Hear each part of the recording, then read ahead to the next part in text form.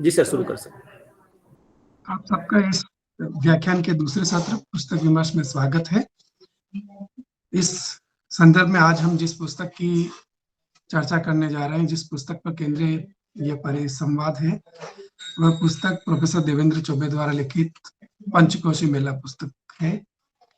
यह पुस्तक भारत की प्रतिष्ठित प्रकाशन संस्था राष्ट्रीय पुस्तक न्यास से प्रकाशित है और इस किताब में भारत के गांवों और शहरों में लगने वाले मेलों में अंतर्निहित भारतीय ज्ञान, सामाजिक संस्कृति, आचार व्यवहार, मानव सभ्यता के इतिहास और मानव व्यवहार को समझने का एक विनम्र प्रयास है।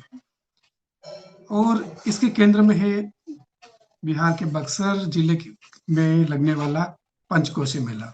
कहते हैं आज से करीब 3000 वर्ष पूर्व बनारस, बलिया और बक्सर की गंगा घाटी में हजारों ऋषियों द्वारा ज्ञान की एक अविरल धारा बही, जिसके केंद्र में मुख्यतः 5 ऋषि और उनके आश्रम थे, जो आज के अहिरोली में गौतम ऋषि, नंदाओं में देव ऋषि नारद, भभुआर में भार्गव ऋषि, नुआओं में उद्दालक ऋषि और बक्सर में ब्रह्म ऋषि विश्वामित्र इन रूप में जाना गया, जहां पर आज भी दीपावली और गुरु पूर्णिमा, गुरु नानक जयंती के बाद बारी बारी से 5 दिनों के लिए ये पंचकोशी मेला लगता है।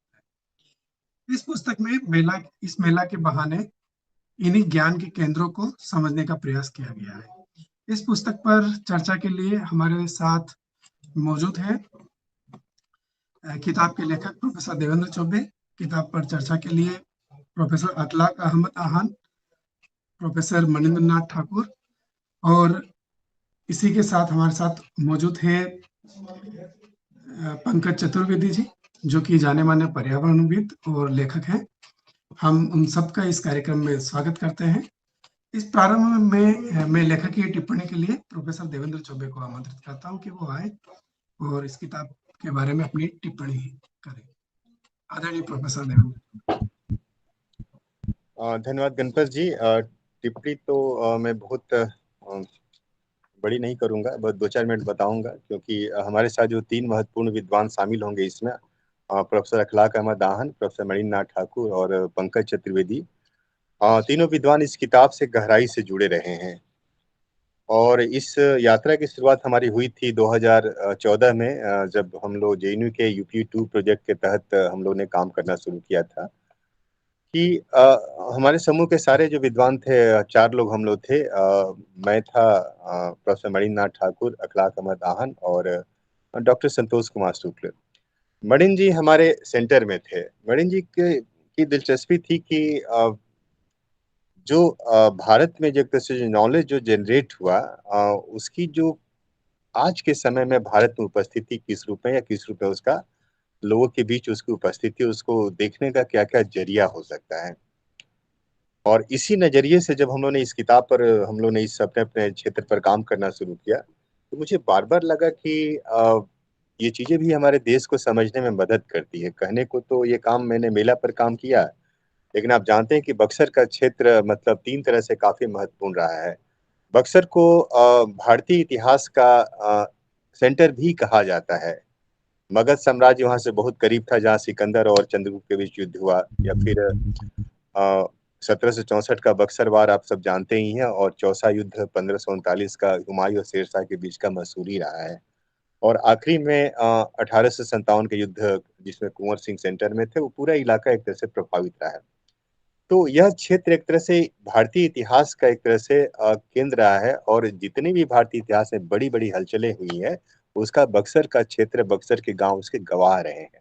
मुझे बार बार लगता है, जब मेले को मैंने पहली बार बचपन में देखा, 2004 में मैंने पहली बार इस पे लिखा था काव्य दमनी पत्रिका में, और 2010 से मैंने इसके बारे में सोचना शुरू किया। ये संयोग रहा कि ये पूरी टीम हमारी जब बनी, खासकर जेएनयू के विद्वानों की, तो एक दिशा मिली इस काम को करने की। और हो सकता था कि मैं इस पर किताब नहीं लिख पाता अगर ये हमारे साथ मणिंद्र नाथ ठाकुर या कलाक साहब या संतोष शुक्ला जैसे विद्वान साथी नहीं होते, जिनके साथ बातचीत करते करते ये सारा ढांचा तैयार हुआ।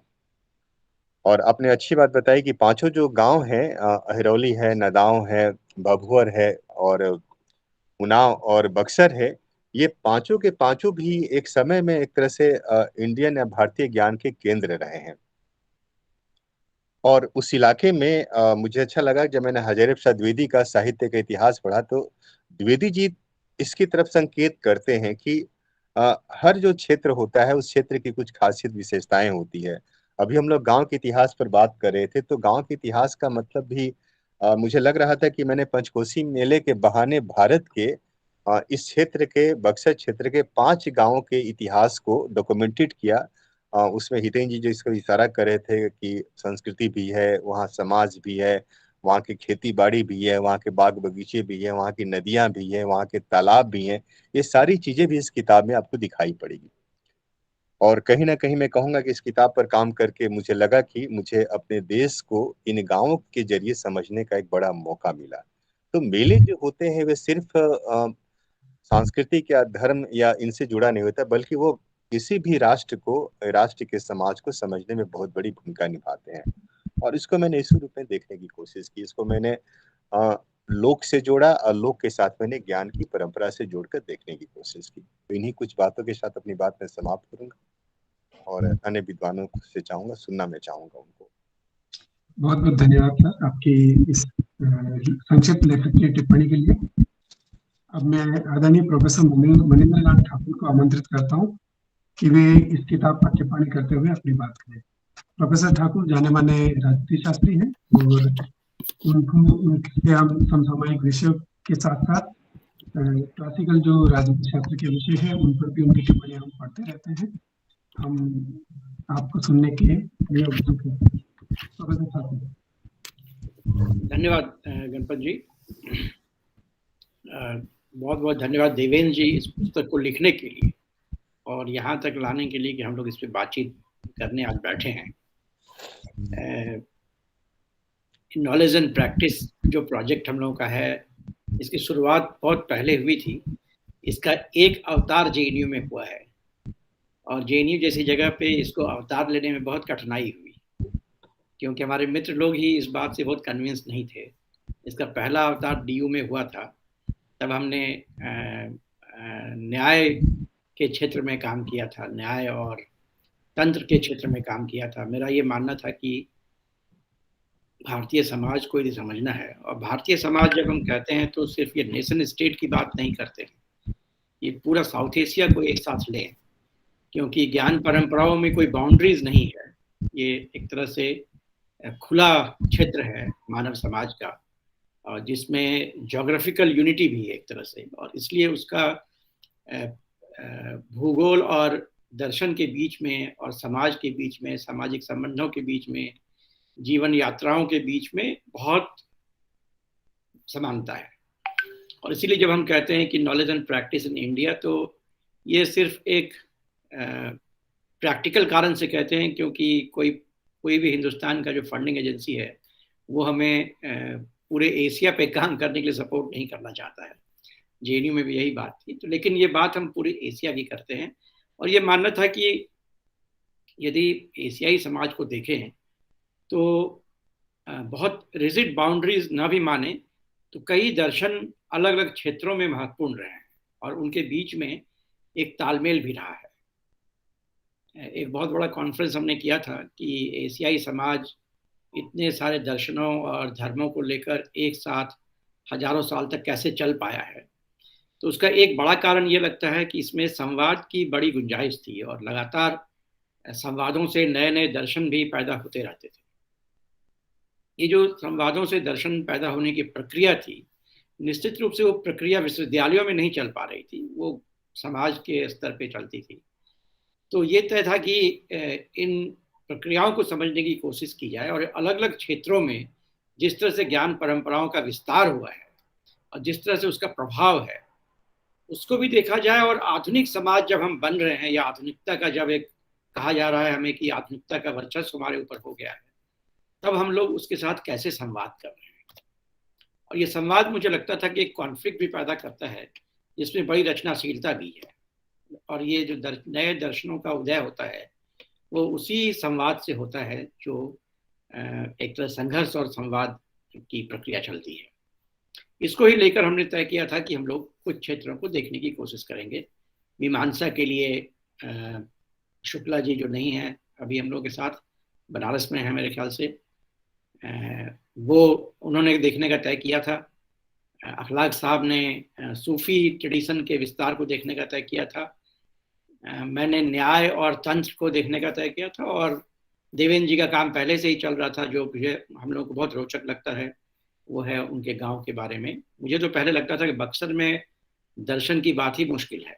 बक्सर मुझे लगता है थोड़ा हरियाणा जैसी जगह है जहाँ दर्शन की पढ़ाई लिखाई मुश्किल रहती थी, लेकिन देवेंद्र जी का मैं बहुत शुक्रगुजार हूँ कि देवेंद्र जी ने ये बताया कि बक्सर जो है वो दर्शनों के उत्पत्ति का क्षेत्र रहा है। केवल एक दर्शन या दो दर्शन की बात नहीं है, कई दर्शन एक साथ वहाँ फला फूला है। और शायद आधुनिक काल आते आते इतना युद्ध उनसे झेलना पड़ा कि दर्शन पीछे रह गया। मिथिला को बहुत युद्ध नहीं झेलना पड़ा था, तो आधुनिक समय में भी दर्शन वहाँ फलता फूलता रहा। तो इस अध्ययन को हम लोगों ने इस तरीके से सोचा था कि हम अलग अलग जगह पर जाकर करेंगे, और इसमें निश्चित रूप से जो यूनिट ऑफ एनालिसिस हमारा था वो गांव था, क्योंकि हमने ये पाया कि ये सब सारे दर्शन किसी न किसी गांव में खूब फलते फूलते रहे हैं।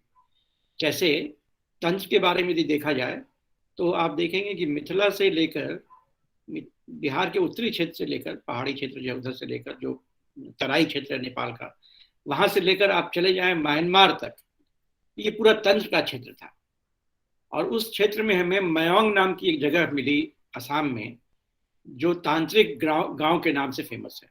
फिर कई बार हमने वहाँ फील्ड वर्क किया, और अभी तो एक पूरा ग्रुप बन गया है। उसके ऊपर 5-6 लोग हैं जो बाहर के विश्वविद्यालयों में काम कर रहे हैं मयोंग के ऊपर। एक 1975 में पीएचडी हुआ था मयोंग पर, जो बहुत ही बेहतरीन पीएचडी है, और उसमें बहुत सारे ऐसे तथ्य हैं जो अब हमें वहाँ नहीं मिलते हैं। उसी तरीके से मिथिला में 4-5 ऐसे गांव थे, एक ही नहीं कई गांव वैसे थे। सरसब पाही एक गांव है, जिस गांव में अयाची नामक एक विद्वान हुआ करते थे, और 1400 ईस्वी से लेकर, बल्कि उससे पहले से भी रहा होगा, अयाची 1400 कुछ में थे, 15वीं शताब्दी में थे।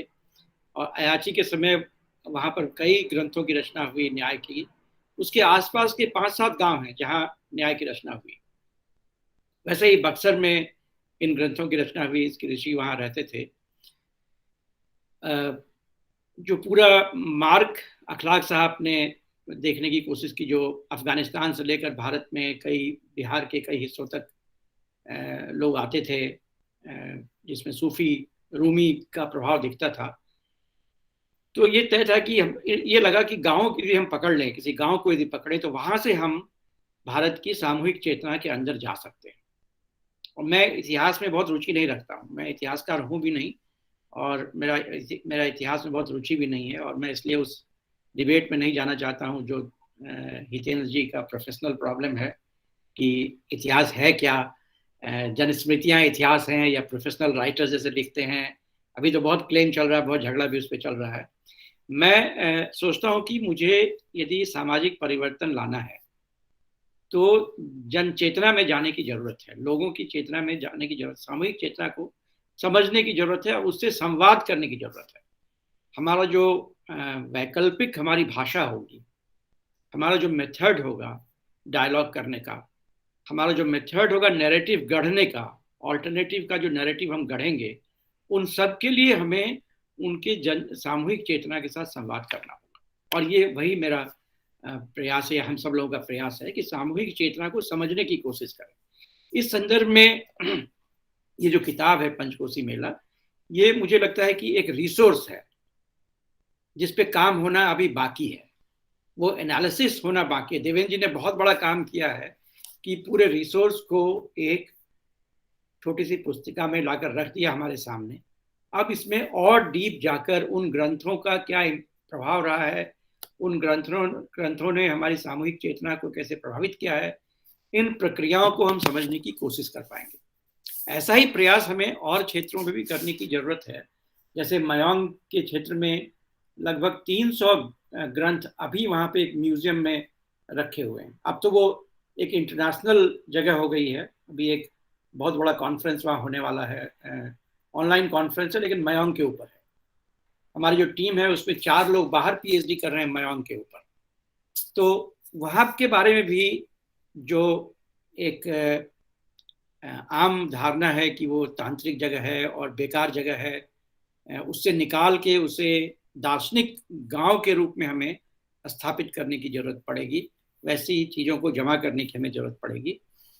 ऐसे ही न्याय के क्षेत्र में भी करने की जरूरत पड़ेगी। और केरल की जो काफ़ी बातें हो रही हैं, मैं उस पर बात नहीं करूँगा क्योंकि केरल कई चीज़ों का घर है, केवल मैथमेटिक्स ही नहीं, बल्कि मुझे हाल में पता चला कि केरल में एक अलग तरह की तांत्रिक परंपरा भी है। और यही नहीं, जब केरल में कुछ गांव बसाए गए थे जो उत्तरी भारत से जाकर लोगों ने बसाया था, वहाँ के राजा ने इनको आमंत्रित किया था नॉलेज विलेजेस बसाने के लिए। करीब 62 या 67 गांव वहाँ नदी के किनारे बसाए गए थे, और हर गांव किसी न किसी ज्ञान परंपरा का संरक्षक था। जिसमें से एक गांव का मुझे पता चला है जहाँ मंदिर में न्याय के तौर पे ही न्याय के डिबेट की तरह ही अभी पब्लिक डिबेट आयोजित अभी भी किया जाता है। तो अभी हम लोग उस पर काम करने की कोशिश कर रहे हैं। तो इस पुस्तक में जो चीज़ें संकलित इन्होंने की है, उससे एक तरह के मिथ को भी ब्रेक करने का तोड़ने का हमें अवसर मिला है। मुझे याद है जब देवेंद्र जी ने इस पे काम शुरू किया था तो बहुत रिलक्टेंट थे। जैसे अक्सर हम सब लोग अपने मार्क्सवाद के साथ इस तरह के काम को एडजस्ट करने में बहुत परेशान रहते हैं कि ये कैसे एडजस्ट होगा, क्योंकि मार्क्सवाद की एक खास तरह की व्याख्या लेकर हम ढोते हैं जिसमें इन चीज़ों पे काम करना है, इन हर चीज़ को हम वर्गीय चेतना के रूप में देखने की कोशिश करते हैं। उससे निकल के सामूहिक चेतना को समझने का जो प्रयास था ये कठिन था, लेकिन जिस तरह से देवेंद्र जी ने उसे सरल तरीके से आम लोगों की भाषा में पहुंचने की कोशिश की है, वो बहुत सराहनीय है। इस बारे में एक बात कहना चाहता हूँ कि भारतीय संस्कृति में ज्ञान का सृजन और ज्ञान का वितरण 3 स्तरों पे होने की परंपरा रही है। एक तो बिल्कुल जो डिसिप्लिन के अंदर के लोग हैं, एक परंपरा के जो अंदर के लोग हैं, जैसे नैयायिक और नैयायिक के बीच में बहस होती है। दूसरा है जब किसी नैयायिक का किसी सांख्य के दार्शनिक के साथ बहस होती है। और तीसरी चीज है जब इन दार्शनिकों का आम लोगों के साथ बातचीत होती है। ये 3 अलग अलग तरह की चीजें हैं। जैसे मुझे अभी हाल में पता चला है, और शायद आप लोगों को पता हो पहले से, कि जो पंचतंत्र है वो एक लौकिक संस्करण है या जन संस्करण है अर्थशास्त्र का। अभी जब मैंने पढ़ाना शुरू किया है दोनों टेक्स्ट को, और मैं इसको पढ़ा रहा हूँ इस टाइटल के तहत, स्टेट, सोसाइटी एंड पावर, कि कैसे हम कॉन्सेप्चुअलाइज करते हैं इन चीज़ों को इन टेक्स्ट में, तो मुझे पता चला कि इन दोनों के बीच में अन्योन्याश्रय संबंध है। बल्कि ये भी संभव है कि जिस व्यक्ति ने अर्थशास्त्र की रचना की हो उसी व्यक्ति ने पंचतंत्र की भी रचना की, और पंचतंत्र के माध्यम से अर्थशास्त्र के तमाम सूत्रों को बहुत आसानी से वो जन चेतना में लेकर जा रहे हैं। देवेंद्र जी की इस पुस्तक से हम जन चेतना के माध्यम से उन गूढ़ ग्रंथों में जाने का प्रयास कर रहे हैं। इस पूरे प्रोजेक्ट का जो मुझे लगता है सबसे उसकी जो अहम बात है वो यही है कि हम गूढ़ ग्रंथों से जन चेतना में जाने का प्रयास नहीं कर रहे हैं, बल्कि जन चेतना की समझ को बढ़ाते हुए वहां से हम ग्रंथों के अंदर जाना चाहते हैं। और हमारा एक मानना है हम लोगों का कि ये जो, इसलिए इस प्रोजेक्ट का नाम हमने नॉलेज एंड प्रैक्टिस रखा है, कि प्रैक्टिस के माध्यम से यदि नॉलेज तक हम पहुंचते हैं तो नॉलेज के बहुत सारी गुत्थियां खुलने लगती हैं। जैसे एक छोटा सा उदाहरण मैं संदर्भ में दूंगा। गणपत जी, जब मेरा समय खत्म हो जाए तो मुझे 2-3 मिनट पहले बता दीजिएगा, क्योंकि इस विषय पे हम लोग इतनी बहस कर चुके हैं कि बहुत देर तक बात कर सकते हैं। सर 2-3 मिनट ही समय है। हाँ, 2-3 मिनट ही समय है बस, ठीक है, इसलिए मुझे लग रहा था। तो जैसे आप देखेंगे कि प्रैक्टिस में जो चीजें हुई हैं, जो कहानियां हमने कलेक्ट की हैं वहां से, जो स्टोरीज न्याय के बारे में या इन ऋषियों के बारे में हमने कलेक्ट किया है, उन कहानियों के माध्यम से जब हम टेक्स्ट को समझने की कोशिश करते हैं तो टेक्स्ट के नए आयाम खुलने लगते हैं। और यही मुझे लगता है कि सबसे महत्वपूर्ण बात है जिसे हम लोगों को ध्यान में रखने की जरूरत है, क्योंकि आने वाले समय में यदि हम सामाजिक परिवर्तन के लिए समाज को समझने का प्रयास करना चाहते हैं और समाज को समझने के लिए सामूहिक चेतना को समझने का प्रयास करना चाहते हैं और सामूहिक चेतना को समझने के लिए मेला और उनके दैनिक जीवन को समझने का प्रयास करते हैं, तो उस प्रैक्टिस से नॉलेज की तरफ की जो यात्रा है वो बहुत महत्वपूर्ण है। और इस मामले में देवेंद्र जी ने हम चारों से पहले, जैसा देवेंद्र जी अक्सर करते हैं, बहुत ऑर्गेनाइज्ड आदमी हैं और हम लोग बहुत ही क्योटिक हैं, तो देवेंद्र जी हम चारों से पहले एक मॉडल हमारे सामने प्रस्तुत करते हैं और हमें लगता है कि हम लोग भी इस मॉडल को लेकर आगे बढ़ेंगे और ऐसी ही सरल पुस्तक अलग अलग क्षेत्रों को इंट्रोड्यूस करते हुए हम लोग आगे लिख पाएंगे। बहुत बहुत धन्यवाद गणपत जी। एक छोटी सी बात मैं और कह देना चाहता हूँ, बस जी मेला अध्ययन का पूरा एक प्रोग्राम होना चाहिए। मेला अध्ययन ये सिर्फ मेला कोई इवेंट नहीं है, मुझे लगता है भारतीय समाज में मेला भी एक दर्शन से जुड़ा हुआ एपिसोड है। जैसे मैंने एक लेख लिखा था सोन मेला के ऊपर, जो वहाँ जो हरि और हर का क्षेत्र है, जब उसके गानों को आप एनालाइज करें, उसके स्टोरी को एनालाइज करें, तो पता चलेगा कि शैविज्म और वैष्णविज्म के बीच का जो पूरा झगड़ा था, उसके रिजोल्यूशन के बाद ये मेला लगना शुरू हुआ, या ये मेला उस रिजोल्यूशन की कहानी है। हर और हरि के बीच के झगड़े के रिजोल्यूशन की कहानी है सोन मेला। मैं बस इतना ही कह के खत्म करना चाहूंगा कि हर मेले का अध्ययन हमें उसके दर्शन के साथ जोड़कर, या उस क्षेत्र के दर्शन के साथ जोड़कर, उस क्षेत्र की सामूहिक चेतना के साथ जोड़कर करने की कोशिश करनी चाहिए। बहुत बहुत धन्यवाद देवेंद्र जी और बहुत बहुत बधाई आपको इस पुस्तक के लिए। बहुत बहुत धन्यवाद सर, आपके अनुभव और आपके प्रयासों को हमारे साथ शेयर करने के लिए और इस किताब पर अपनी महत्वपूर्ण टिप्पणी करने के लिए। अब मैं इसी क्रम में प्रोफेसर अखलाक आहान को आमंत्रित करता हूँ। जैसा कि प्रोफेसर ठाकुर ने बताया कि प्रोफेसर अखलाक इस प्रोजेक्ट से जुड़े हुए हैं, वो भी सूफी परंपरा पर अपना काम कर रहे हैं, तो मैं उनसे निवेदन करता हूँ कि संक्षेप में इस किताब के संदर्भ में और अपने काम के संदर्भ में हमसे शेयर करें, अपनी बातें अपने हमें बताएं। प्रोफेसर अखलाक आहान। बहुत शुक्रिया, और बहुत शुक्रिया प्रोफेसर देवेंद्र चौबे जी और रश्मि जी, और ये जो सिलसिला गांव की हिस्ट्री से जो जोड़ने की है।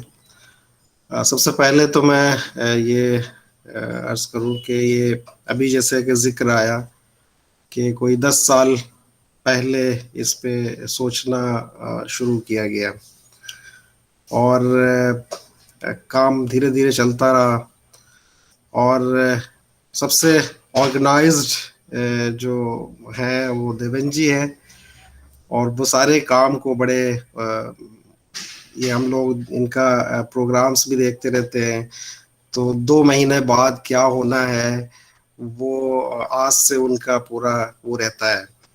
और मेरे साथ बिल्कुल उनके उलट है कि मुझे कल अगर कोई प्रोग्राम है और किसी ने अगर याद नहीं दिलाया तो मुश्किल होती है। तो ये बहरहाल ये और इससे हम लोगों को खुद भी एक तहरीक मिलेगी कि जो हमारा अधूरा काम है उसको हम पूरा करें। और सबसे अच्छी बात ये हुई है कि ये अब पब्लिश होके शाया होके आ गई है, तो उम्मीद है कि और लोगों तक ये काम पहुंचेगा। सबसे जो दिलचस्प पहलू है जिसकी तरफ इशारा भी हुआ, सबसे पहले मैं खुद इसके हवाले से थोड़ी सी बात करना चाहूँगा कि जिस इलाके पे इन्होंने काम किया है उस पे ये पहले भी जाते रहे, अगरचे इसको तहरीरी शक्ल में लाने और उसको एक तरह से लाने में ये रिलक्टेंट थे शुरू में, और बल्कि शिकवा करते रहते थे कि आप लोगों ने हमें एक तरह से उलझा दिया है ये मेरी दिलचस्पी का उस तरह से काम नहीं है। लेकिन वहाँ पे इनके प्रोग्राम्स होते रहते थे, इन्हें ये वहाँ की चीज़ों से जुड़े हुए थे, उसको समझते थे, और इसीलिए इन्होंने बड़ी खूबसूरती से इस पूरे ट्रेडिशन को पेश किया है। बक्सर का जो इलाका है जिस पे ये पूरी गुफ्तगू है, पंचकोशी की जो बहस है, ये मुमकिन है इसमें जैसा कि जिक्र आया कि 5 कोस और 5 कोस के दायरे में 5 गांव का जिक्र है। मुमकिन है कि कोशी लिखा गया है तो 5 दरियाओं या नदियों का हो, और या 5 काशी भी हो सकता है कि 5 ऐसे मरकज थे, ऐसे सेंटर्स थे जहाँ पे बड़े फिलोसफिकल और रिलीजियस ट्रेडिशंस रहे हों। ये चीज़ है। लेकिन मुझे जो एक सिमिलरिटी इस इलाके की लगती है वो मौजूदा अफगानिस्तान से लगती है, क्योंकि दोनों एक तरह से जोग्राफिकली बफर जोन्स हैं, ये बक्सर भी और अफगानिस्तान भी, और दोनों बड़े इल्म और अदब के भी बड़े सेंटर रहे हैं। मैं कोई 3-4 साल पहले अफगानिस्तान गया था, वहाँ के राष्ट्रपति ने बुलाया, तो जो उनके उपराष्ट्रपति हैं जो बहुत बड़े वारलॉर्ड के तौर पे भी मशहूर हैं, जनरल दोस्तम, तो उनके महल में दावत थी, 5-6 लोगों को कहा गया बोलने के लिए, तो उसमें एक मैं भी था। तो मैंने कहा कि देखिए अफगानिस्तान वो नहीं है जिस जो उसका इमेज पिछले 40 साल में बना है। अफगानिस्तान तो वैदिक पीरियड से लेके और रूमी और बुद्धिज्म और न जाने कितनी परंपराओं का और तहजीबों का गढ़ रहा है, और बड़ी बड़ी शख्सियात वहाँ पैदा हुई हैं, और उसने इस पूरे खित्ते को मुतासिर किया है। तो उन्होंने बाद में मुझसे कहा कि प्रोफेसर साहब आपने तो बड़ी नसीहत की, और मैंने यही कहा था कि उस ट्रेडिशन को जिंदा करने की ज़रूरत है, और उसी से इस पूरे खित्ते बल्कि पूरे एशिया में पीस और अमन चैन आ सकता है, और वो ट्रेडिशन जिंदा करने की बहुत ज़रूरत है। उसी लेकिन ये चीज़ रही कि वो उसका लोकेशन ऐसा रहा कि एक ज़माने में जहाँ पे मुख्तलिफ नज़रियात, मुख्तलिफ धाराएं, मुख्तलिफ धर्म और फिलोसफिकल ट्रेडिशन आके वहाँ मिलते रहे, और फिर उनसे दूसरी बहुत सारी नई चीज़ें निकल के और दूसरी जगहों पे जाती रहीं। उसी तरह से ये भी हुआ कि जो भी जंग में और लड़ाइयाँ और हमले होते रहे उसको भी इस खित्ते ने बहुत झेला। तो यही सूरत हाल हमें बक्सर के इलाके में भी दिखाई देती है। उसका लोकेशन ऐसा है कि जहाँ पे बहुत सारे फिलोसफिकल ट्रेडिशन भी हुए, बहसें हुई, जिससे कि खुद इन्होंने इसमें पूरा जिक्र किया है कि एक छोटे से इलाके में अहिरौली और नदाओं और महुवर और वहाँ पे पूरा एक कई तरह के जो फिलोसफिकल ट्रेडिशंस हैं वो इवॉल्व हुई, और उन्होंने पूरे उस खत्ते को मुतासिर किया। और अब ज़रूरत इस बात की है कि ये जो चीज़ें हैं, और ख़ुद हिंदुस्तान के मुख्तलिफ हिस्सों में, ये सिर्फ बक्सर की बात नहीं है, ये और भी दूसरे इलाके हैं, पूरा कश्मीर का एक बहुत बड़ा इलाका है, वहाँ पे बेशुमार चीज़ें हैं, अवध का इलाका है, काशी का इलाका है, दूसरे तमाम इलाके हैं।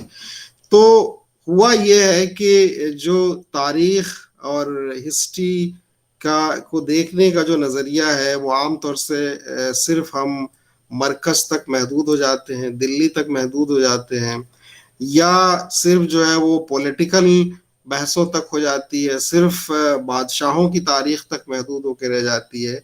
हमें इन छोटी छोटी चीज़ों को जो चाहे जैसा कि अभी मणि जी ने इशारा किया और उस पर उन्होंने काम भी किया और कराया भी है, कि जो हीलिंग का पूरा एक हमारे यहाँ ट्रेडिशन रहा है हील करने का, और उसके जो डिफरेंट मेथड्स रहे हैं, हम खुद जो जिस जनरेशन से ताल्लुक़ रखते हैं हमें जो पैदा कराने का काम किया वो दाइयों ने किया। मुमकिन है कि उनके यहाँ बहुत सारा सिस्टम जो है वो साइंटिफिक होगा और बहुत सारा हो सकता है अनसाइंटिफिक भी हो, लेकिन क्या हमारे मॉडर्न जो मेडिकल सिस्टम है और जो नर्सिंग का सिस्टम है, उन्होंने इस पूरे ज्ञान को जो सैकड़ों साल से चला आ रहा था, जाहिर है हॉस्पिटलों में तो लोग पैदा नहीं हो रहे थे, हम देखते हैं और आज भी गांव में यही हो रहा है, उसी तरह से इलाज करने का, हील करने का, या दूसरी बहुत सारी चीजें हैं, पंचतंत्र का जिक्र आया, तो ये इन चीजों को प्रिजर्व करने, उनको देखने की जरूरत है। और उसमें दो चीजों को हमें पेश नजर रखना चाहिए। एक ये है कि ऐसा नहीं है कि जितना कुछ हमारा है या जो हमारे ट्रेडिशंस हैं वो सब महान है, ऐसा भी नहीं है। दूसरे ये भी नहीं है कि चूंकि वो हमारा है या ये कि गांव का है या लोकल है तो उसकी कोई अहमियत नहीं है या उसमें कोई साइंटिफिक पहलू नहीं है या उसमें कोई फिलोसॉफिकल पहलू नहीं है, ये ऐसा भी नहीं है। तो हमें बड़े एहतियात से इन चीज़ों को प्रिजर्व करने की ज़रूरत है, क्योंकि हो क्या रहा है कि सो कॉल्ड मॉडर्नाइजेशन या अर्बनाइजेशन की वजह से या गाँव को नेग्लेक्ट करने की वजह से, और इस नेग्लेक्ट करने में बहुत सारी चीज़ें, हम सारी चीज़ों को नेग्लेक्ट किए जा रहे हैं। अभी पूरी रिपोर्ट आ रही है कि हिंदुस्तान जो जहाँ पे हजारों की तादाद में जबानें और डायलेक्ट्स हैं, हर दिन बड़ी तादाद में जबानें मर रही हैं और डायलेक्ट्स मर रहे हैं।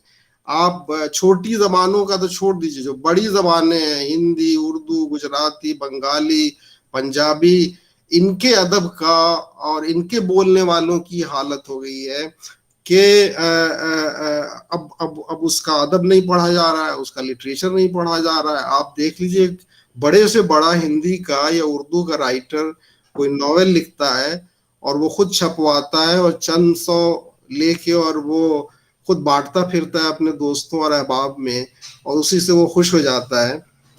जबकि अंग्रेजी से कोई मेरी मुखालफत नहीं है, लेकिन उस अंग्रेजी जबान में कोई मामूली सी चीज आती है और लाखों लोग पढ़ते हैं।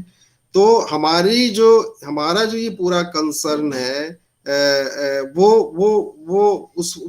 बहुत ही जेन्युइन है, मतलब इसकी तरफ हमें तवज्जो देने की जरूरत है। हम देखें कि हम कहते तो हैं कि यूनान और मिस्र, रोमा सब मिट गए जहां से अब तक, मगर है बाकी नामो निशा हमारा। लेकिन हकीकत में ये है कि ये निशानात जो हैं वो मिटते चले जा रहे हैं। बाकी तहजीबों को देख लीजिए, मैं ईरान को देखता हूँ, बहुत सारी परेशानियां हैं, बड़ी मुश्किलात उनको झेलनी पड़ी है, लेकिन उन्होंने अपने इन ट्रेडिशंस को बचाने में, अपनी जबान को बचाने में उन्होंने कामयाबी हासिल की है और उनको ये मसला दरपेश नहीं है जो हमें है। तो ये चीज जो है बहुत अहम है और इसके लिए मैं समझता हूँ कि मणिन जी ने जो कोशिशें की हैं और हमेशा वो उनका एक बड़ा ही इंक्विजिटिव वो रहता है हर चीज को बहुत ही ऑब्जेक्टिवली देखने की और उसको लोगों को इंस्पायर करने की और जोड़ने की, उसी का ये भी नतीजा है। मैं खुद देखता हूँ, अभी जैसे उन्होंने इशारा किया पंचतंत्र का, पंचतंत्र जो है अर्थशास्त्र और पंचतंत्र, और मैं अभी कुछ जो सूफी ट्रेडिशन की जो किताबें देख रहा हूँ, जैसे गजाली की और दूसरों की, ये खुद मौलाना रूमी की, तो उसमें जो इनर जो प्यूरिफिकेशन की जो बात होती है सूफिज्म में, तो उसमें वो कहते हैं कि एक इंसान के अंदर तमाम जानवरों की खूबियां होती हैं और उसको जो वो कहते हैं कि अपने अंदर जो झांकने और देखने की जो बात है वो बुनियादी तौर पे इंसान को अपने उस कैरेक्टर को पहचानने की जरूरत है, और जब उसकी वो शनाख्त कर लेगा तब वो सही रास्ते पे या उसको चल पाएगा। तो ये, और खुद साइकोलॉजी में भी है, ये है कि इंसान के अंदर इतने परतें हैं कि इंसान खुद को नहीं जानता या कोई एक दूसरे को नहीं पहचानता कि वो किन किन चीजों और कितनी तहें हैं उसके अंदर। तो ये सारी चीजें हैं और ये ये विजडम जो है हर कदम पे है, उसकी शनाख्त, उसको पहचानने और उसको रिकॉर्ड करने की बहुत जरूरत है। और इस तरह इस हवाले से ये जो कोशिश है जो किताबी शक्ल में देवेंद्र जी लेके आ गए हैं, और हम सोच रहे हैं कि हम भी शायद ये काम कर पाए, तो मैं बहुत बहुत मुबारकबाद देता हूँ। और उम्मीद है कि ये सिलसिला शुरुआती है और ये और आगे बढ़ता रहेगा। बहुत शुक्रिया। बहुत बहुत धन्यवाद सर आपका अपनी बात रखने के लिए और हमें आपका जो कार्य है इस प्रोजेक्ट के संदर्भ में उससे पूरी तरीके से बताने के लिए। अब मैं इसी कड़ी में किताब पर बात रखने के लिए आमंत्रित करता हूँ आदरणीय पंकज चतुर्वेदी जी को। पंकज जी को सभी लोग जानते हैं, वे शायद ही कोई ऐसा दिन हो जब अखबार में उनका लेख न आता हो, और पर्यावरण से जुड़े हुए मुद्दे, संस्कृति समाज से जुड़े हुए मुद्दे पर वे मुखर रहते हैं। आदरणीय पंकज जी।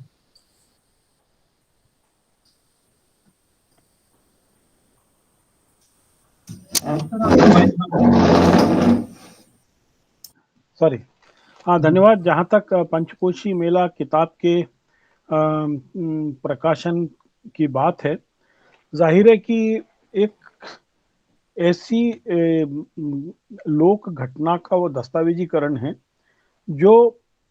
जिसको सहेजना जरूरी है।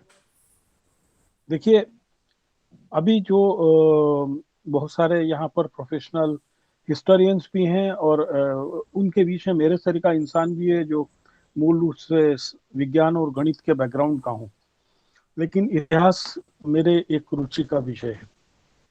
मेरा इतिहास का जो बोध है वो मेरे तालाबों की किताबों की खोज से शुरू हुआ, और जब तालाब पे काम करो तो जाहिर है कि आप इतिहास को अलहदा नहीं कर सकते हैं।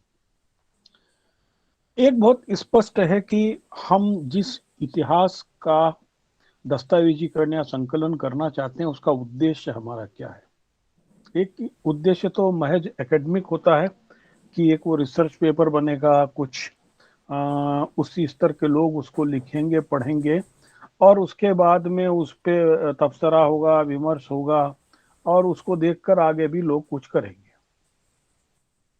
दूसरा, इतिहास के दस्तावेजीकरण, उसके तथ्यों को संकलन और प्रस्तुत करने का जो तरीका होता है, सलीका होता है, उसकी भाषा होती है, उसकी विषय वस्तु होती है, उसके कंटेंट होते हैं, वो इसके लिए होता है कि आम लोग कम से कम उन अनछुए पहलुओं को जान सकें जो इस मुल्क की असंख्य वैविध्यपूर्ण लोक संस्कृति का हिस्सा है। देखिए, बहुत स्पष्ट रूप आप जान के चलिए, एक लोक इतिहास है और एक शास्त्रीय इतिहास है। लोक इतिहास कभी शास्त्रीय नहीं हो सकता है, क्योंकि शास्त्रीयता को समझने के लिए एक विशिष्टता की जरूरत है, एक मेथडोलॉजी डेवलप करने की जरूरत है, उसका प्रेजेंटेशन, कंटेंट, उसका रीडर वो होता है। लोक उन्मुक्त है, उच्छल है, अनादि है। ये जो किताब है पंचकोशी मेले का दस्तावेजीकरण जिस किताब में किया गया, वो असल में लोक की प्रक्रिया का लोक के लिए प्रस्तुति है, इसलिए ज्यादा महत्वपूर्ण है। मैं इतिहासकारों के बीच में अपनी बात को रखूं वो बहुत महत्वपूर्ण हो सकता है, लेकिन मैं अपनी बात को ऐसे लोगों के बीच में रखूं जो लोग जिज्ञासु हैं या जिज्ञासु नहीं है, वो शायद वो किताब का फोर्थ कवर या कवर पेज देखकर उसको पढ़ना चाहें, और जब वो बक्सर के इस पंचकोशी मेला के बारे में पढ़ें तो उनको याद आए, अरे ये तो मेरे घर के आसपास, मेरे जिले में, मेरे कस्बे में, मेरे भौगोलिक क्षेत्र में भी होता है, मैं क्यों नहीं इसके बारे में जानकारी लूं। अब बात वही जाती है कि मैं जानकारी क्यों रखूं। देखिए, लोक की खूबसूरती है, लोक न तो संचय करता है, न मानकीकरण करता है, और लोक कम में काम चला लेता है। लोक बदलता जाता है। लोक का खूबसूरत विज्ञान है जो नए तथ्यों, नई परिस्थितियों, नए लोगों के साथ में नए रूप में प्रस्तुत हो जाता है। शास्त्रीयता को बदलने में बहुत समय लगता है, या बदलना ही नहीं चाहती है, इसलिए शास्त्रीयता की गति कई बार संस्कृत की तरह हो जाती है, जिसमें ज्ञान विज्ञान का अटूट भंडार होता है, लेकिन उसको पूज्य तो सब मान लेते हैं, लेकिन उसे अपने में समावेश नहीं कर पाते। पंचकोशी किताब की खासियत यही है कि लोक की घटना को लोक की भाषा में लोक के लिए प्रस्तुत किया गया है।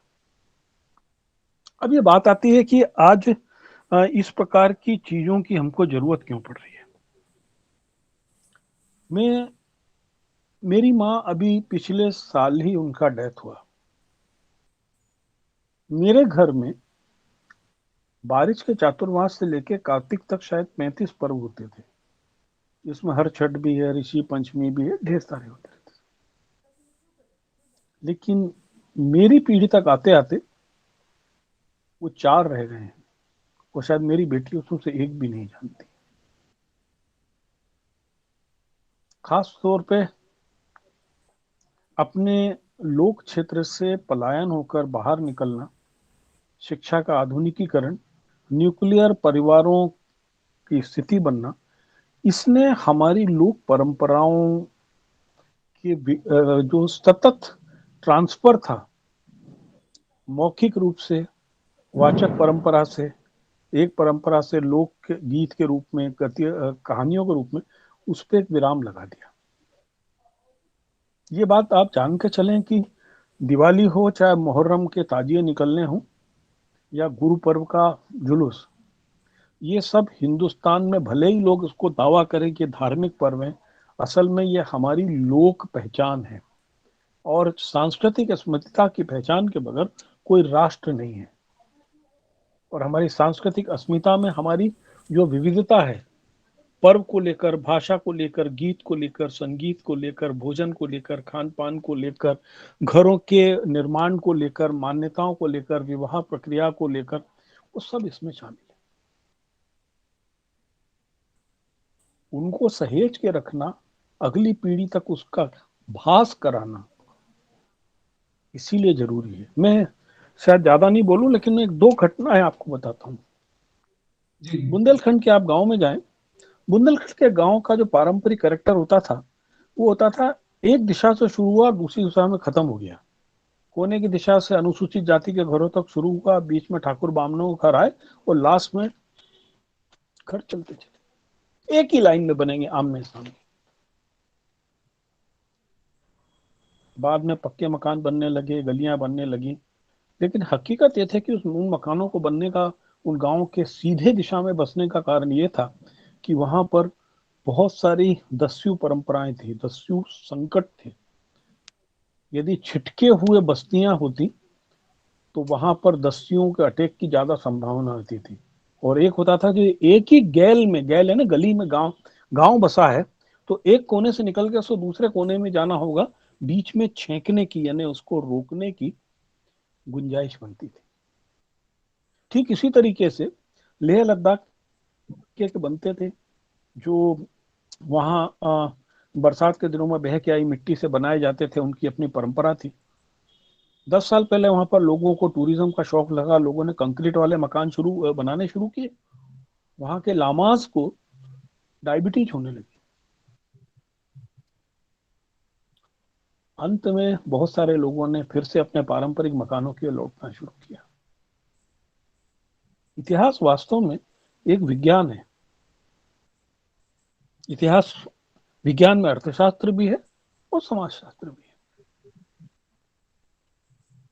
अभी बहुत 2 वक्ताओं ने कम से कम पंचतंत्र की बात की, उसमें अर्थशास्त्र और उसकी बात की। वास्तव में पंचतंत्र बच्चों का साहित्य नहीं है। पंचतंत्र असल में राजा के बच्चों को शासन करने का सिखाने की नैतिकता के ज्ञान देने की कहानियां थी। पंडित विष्णुदत्त शर्मा ने जो कहानियां तैयार की थी, वो राजा के लड़कों को राज करने के लिए नैतिक कहानियों के जरिए शिक्षा देने का जरिया थी। तो जाहिर है उसके अंदर अर्थशास्त्र भी होगा, युद्ध शास्त्र भी होगा, कुटिल शास्त्र भी होगा, सब कुछ होगा। और मुझसे पहले भाई साहब जो बोल रहे थे, वो जो बता रहे थे कि हर व्यक्ति के अंदर एक जानवर छुपा होता है, तो मैं उनको बताऊं कि सनातन धर्म की परंपरा में जो जन्म पत्री बनती है, जन्म कुंडली बनती है, उसमें एक कॉलम होता है योनि। उसमें लिखा होता है कि तुम बंदर हो, कौवा हो, पिछले जन्म में कौन से योनि के हो। तो ये लोक परंपराओं से आई हुई चीजें हैं। इनका दस्तावेजीकरण एकेडमिक रूप से जितना ज्यादा जरूरी है, उतना ही ज्यादा जरूरी है उन लोगों तक उस बात को पहुंचाना जो फिलहाल भौतिकता के राग और रंग में मदमस्त हैं, जिनको अपनी जमीन का एहसास अभी फिलहाल नहीं हो रहा है। लेकिन यदि हम ऑस्ट्रेलिया और अमेरिका महाद्वीपों के लोगों की ओर जाएं तो और पाएंगे कि वो लोग अब हम जिस परिस्थिति में थे वो सन 60 में इस परिस्थिति में थे, आज वो अपनी जड़ों की ओर लौटने का कोशिश कर रहे हैं, उन चीजों को संरक्षित रखने की कोशिश कर रहे हैं जिससे लगता है कि उनकी नाल वहां से जुड़ी हुई थी। किताब बहुत खूबसूरत है और किताब को कम से कम हमको उन लोगों तक पूरे देश में पहुंचाना चाहिए जो लोग वास्तव में अपने देश को पहचानना चाहते हैं, अपने देश की कला और संस्कृति से स्नेह रखते हैं। और एक खूबसूरत किताब के लिए देवेंद्र भाई को बहुत बहुत बधाई। और आप सब लोगों ने मेरे तरीके एक सामान्य व्यक्ति को जो इतिहास में शून्य है उसको सुना, बहुत बहुत आभार, धन्यवाद। बहुत बहुत धन्यवाद सर।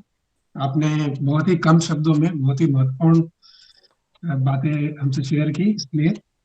और अब मैं इस पुस्तक विमर्श का जो सत्र है उसका समापन करता हूँ और अब हम 14वें कुंवर सिंह स्मृति व्याख्यान आयोजन की तरफ बढ़ते हैं। यह व्याख्यान सर 1 मिनट पॉज।